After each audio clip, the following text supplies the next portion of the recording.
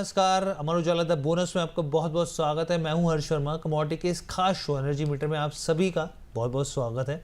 कच्चा तेल और नेचुरल गैस में ट्रेडर्स को क्या रणनीति बनानी चाहिए, यहाँ पर एक बड़ी रिपोर्ट आई है, हम लोग वो भी साझा करेंगे, कितनी इंपॉर्टेंट कितनी मायने रखती है वो। इसके अलावा आप देखिए एनर्जी मार्केट में तमाम चीज़ों पर बातचीत करने के लिए हमारे साथ यहाँ पे इंटेलिसेंस वेंचर्स के फाउंडर CEO अमित सुरेश जैन साहब हैं। बहुत बहुत स्वागत है सर आपका।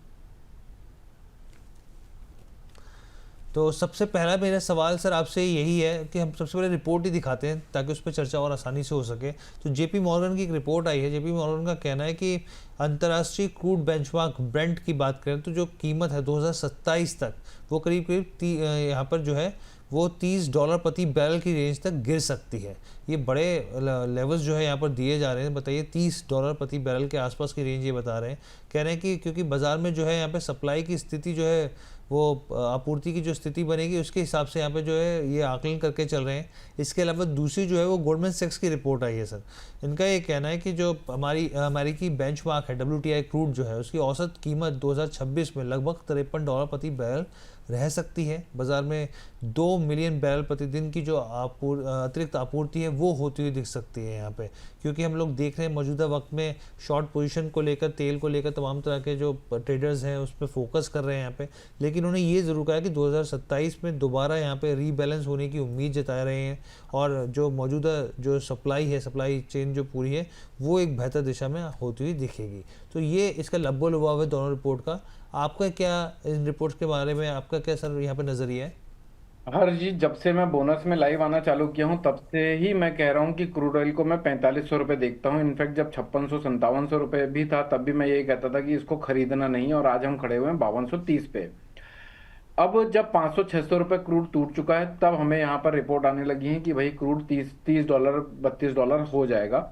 सर देखिए, होने को तो कुछ भी हो सकता है, लेकिन ओवरऑल अगर मेरे प्रोस्पेक्ट अगर मैं शेयर करूं तो मुझे 50 $50 तक लगता है। ये 4500 रुपये के आसपास तगड़े स्ट्रॉन्ग सपोर्ट जोन है। उस समय अगर कोई जियोपॉलिटिकल टेंशन निकल के बाहर में आती है और प्राइस को पुश करने लगती है तो हो सकता है ये रिपोर्ट्स बाद में बदल जाएं। ओवरऑल 4200 रुपये के नीचे अगर क्रूड ऑयल निकल जाता है तो ये सारे टारगेट्स अचीवेबल होंगे। 4200 रुपये को अगर नहीं काटता है तो ये 4500 रुपये तक की संभावनाएं ही होते हुए नजर आनी चाहिए बाजार में। ठीक है, यहाँ पे ये सर ये तो गिरगिट होते हैं, सब रिपोर्ट बदल जाती है वक्त के साथ। हाँ सर गिरगिट, हाँ वो मतलब यही है कि डायरेक्शन जिस हिसाब से होती है, जिस हिसाब से सिचुएशन कोई होती है। फंडामेंटल कोई भी जियोपॉलिटिकल टेंशन होगा तो ये तुरंत वो रिपोर्ट इरेज हो जाएंगी और वो दूसरे रिपोर्ट चेंज हो जाएंगी। हाँ नहीं, ये बात आप बिल्कुल फैक्चुअल सही कह रहे हैं यहाँ पे, क्योंकि और ये सही भी है, गलत नहीं है, क्योंकि हाँ कोई भी नहीं जानता है कि कब जियोपॉलिटिकल टेंशन कहाँ से क्या रेज हो जाएगी। जी बिल्कुल, और वही इसी लिहाज से दी जाती है कि अभी जो यहाँ पे जो फंडामेंटल्स दिख रहे हैं उसके हिसाब से वो अपनी तैयार करते हैं रिपोर्ट और दर्शकों के साथ या निवेशकों के साथ साझा की जाती है।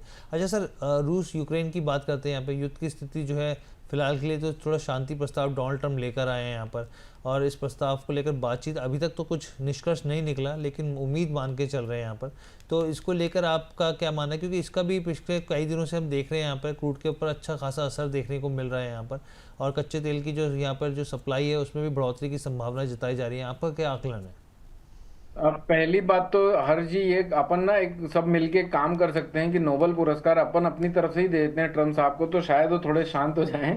सर अब तो निकल क्योंकि गया, अभी पीछे तक सब इंतजार में थे यहाँ पर भारत का भी सपोर्ट नहीं मिला, नाराजगी तो इस तरह की हलकों में रही, खबरें इस तरह की निकल कर आई कि भारत से नाराजगी की भी यही वजह है। जी, तो अगर नोबेल पुरस्कार दे देंगे तो हो सकता है कि ये सारी चीजें थोड़ी सी सेटल होती हुई नजर आए।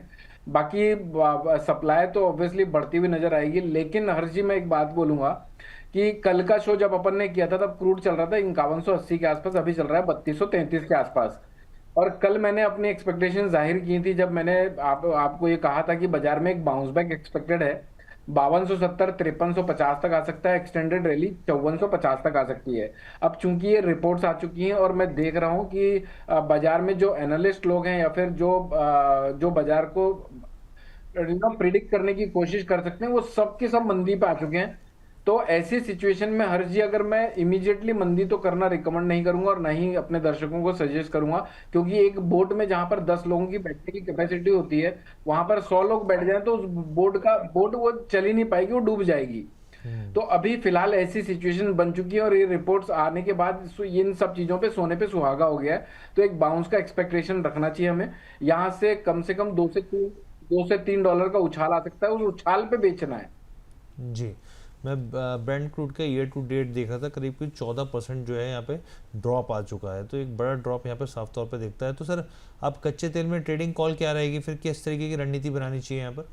हर चीज में भी ना 2-3 तरह की रणनीति बन सकती है। मैं सारी रणनीतियां शेयर करता हूँ। एक तो जी क्रूड ऑयल अगर 5268 5273 के आसपास मिले, स्ट्रिक्ट स्टॉप लॉस के साथ बेचना है। 5308 का स्टॉप लॉस होगा, टारगेट होगा 5238 और 5200 का। ये मोमेंटम कॉल है। यानी क्या होता है ना, हर चीज देखिए, 2 तरह के कॉल होते हैं, एक विजनरी कॉल होता है, एक मोमेंटम कॉल होता है। जी। मोमेंटम कॉल जो होते हैं वो हो सकता है ओवरऑल ओपिनियन के अगेंस्ट में हो, हम्म। नहीं तो फिर दर्शक लोग ये समझ नहीं पाते, फिर बोलेंगे कि यार तुम बाउंस बैक एक्सपेक्ट कर रहे थे, तुम कह रहे थे 5400 रुपये आ जाएगा, फिर भी बिकवा दिया हमको। तो ये मोमेंटम कॉल है, ना कि कोई विजनरी कॉल है। स्टॉप लॉस हो जाए तो अब वही वाली बात है, चल गया तो चांद तक वरना शाम तक। दूसरा एक कॉल निकल के आता है हर जी, एक इसको बाय करना है ओनली अबव 5309। जी 5309 के ऊपर निकलता है तभी बाय करना है। उसका स्टॉप लॉस होगा अपना 5269 का, और उसके पोटेंशियल टारगेट होंगे 5348 और 5373, और हो सकता है एक्सटेंडेड रैली 5400 प्लस की दिख जाए। ठीक लेकिन है। ये ट्रिगर बाइंग, और देखिए 5309 का अगर आंकड़ा कटता है तो हम समझ लेंगे जो मैं एक्सपेक्ट कर रहा हूँ पॉजिटिव न्यूज आने के लिए और बाजार में एक pull back short covering rally दिखाने के लिए, तो यहाँ पर वो ट्रिगर हो जाएगा 5309 के ऊपर। जी, यानी कि 5309 का ये आंकड़ा कटेगा सर, तभी बाइंग करनी है ना? तभी बाइंग करनी है, तब तक बाइंग नहीं करनी है। इसके ऊपर के स्टॉप लॉस सेल साइड में भी बने रह सकते हैं। ठीक है, तो यहाँ पर एक बार स्क्रीन पर लेके आते हैं वापस जो सर ने बताया यहाँ पर, तो 5309 का जो आंकड़ा है वो यहाँ पे कटना ज़रूरी है, उसके बाद ही आप यहाँ पे बाइंग कीजिए। जो लक्ष्य है यहाँ पे 5348 से लेके 5373 का है। स्टॉप लॉस जो है यहाँ पे 5269 का दिया गया है यहाँ पर। सर और हमारे राकेश झुंझुनवाला जी कहते थे भाव भगवान छे। जी तो ये एक्चुअली जब हम लोग भी इतने साल 20 साल से बाजार में, 20-21 साल हो चुके हैं बाजार में, तो हम लोगों ने टेक्निकल, फंडामेंटल, साइकोलॉजिकल सब पढ़ने की कोशिश की। जी अल्टीमेटली अगर हम आंकड़ों पर अपने आप को नहीं ला पाते और उन पे एक्शन नहीं लेते तो फिर आपका इस बाजार में रह के कोई फायदा नहीं है। बिल्कुल सर। तो ये उसी तरह के आंकड़े हम लोग इतनी मेहनत करके निकालते हैं। इनमें बहुत मेहनत होती है, घंटों घंटों हम बैठते हैं, समझते हैं, डॉट्स कनेक्ट करते हैं, उसके बाद आपको 10 सेकंड में वो आंकड़ा दे देते हैं। तो जी वो इसी तरह का आंकड़ा है। 5309 अगर कटता है तो कोई ना कोई पॉजिटिव सेंटिमेंट्स बाजार में ट्रिगर होंगे और हमें इसी प्लेटफॉर्म पर हम शेयर करते रहेंगे उस पॉजिटिव न्यूज को। बिल्कुल सर। और 20-25 साल कह रहे हैं, देख के आपकी उम्र लगती नहीं, इतना इतना मतलब तजुर्बा आपको, इतने सालों का इतने समय आपने बिताया है यहाँ पर। अभी तो सर आप। मैं 2004 से हूँ इस बाजार में। जी और क्रूड ऑयल, हालांकि मेरी त्वचा से मेरी उम्र का पता नहीं चलता कौन सी है। क्रीम लगाते हैं आप? ठीक है सर।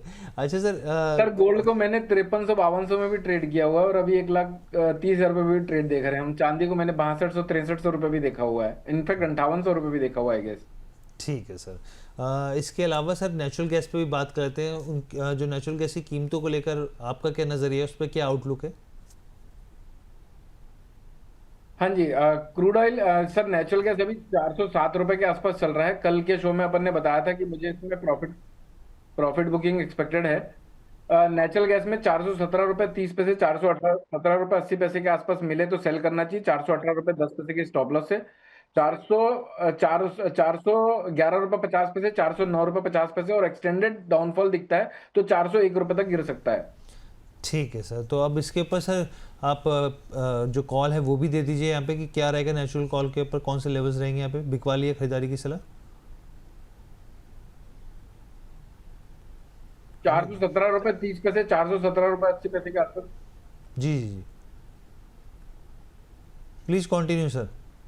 417 रुपये 30 पैसे, 417 रुपये 30 पैसे, 417 रुपये 80 पैसे के आसपास मिले तो सेल करेंगे। 418 10 के स्टॉप लॉस से 411 50, 409 रुपये 50 पैसे तक के पोटेंशियल टारगेट होंगे।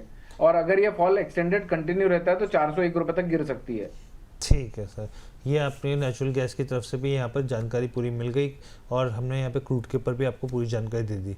बहुत बहुत धन्यवाद सर, आपने अपना कीमती समय दिया अमित जैन सर। और जाते जाते हमें अपना एक डिस्क्लोजर भी प्लीज़ शेयर कर दीजिए। सर मेरा पर्सनल कोई भी पोजीशन नहीं होता है, सेम क्लाइंटों को हम ट्रेड दिए हुए हो सकते हैं। आप मेक श्योर कि आप जो भी ट्रेड लेते हैं अपने फाइनेंशियल एडवाइजर से संपर्क करने के बाद ही कंक्लूड करते हैं। प्रॉफिट आपका, लॉस आपका, प्रॉफिट करो तो लाओ माल के कमेंट्स कर दो। ठीक है, thank you so much sir, बहुत बहुत धन्यवाद हमारे साथ जुड़ने के लिए, अपनी कीमती जानकारी यहाँ पे साझा करने के लिए। तो ओवरऑल जो ये पूरा शो है वो आपको एनर्जी मीटर का कैसा लगा कमेंट करके ज़रूर बताइएगा। फिलहाल मुझे इजाज़त दीजिए, बहुत बहुत धन्यवाद।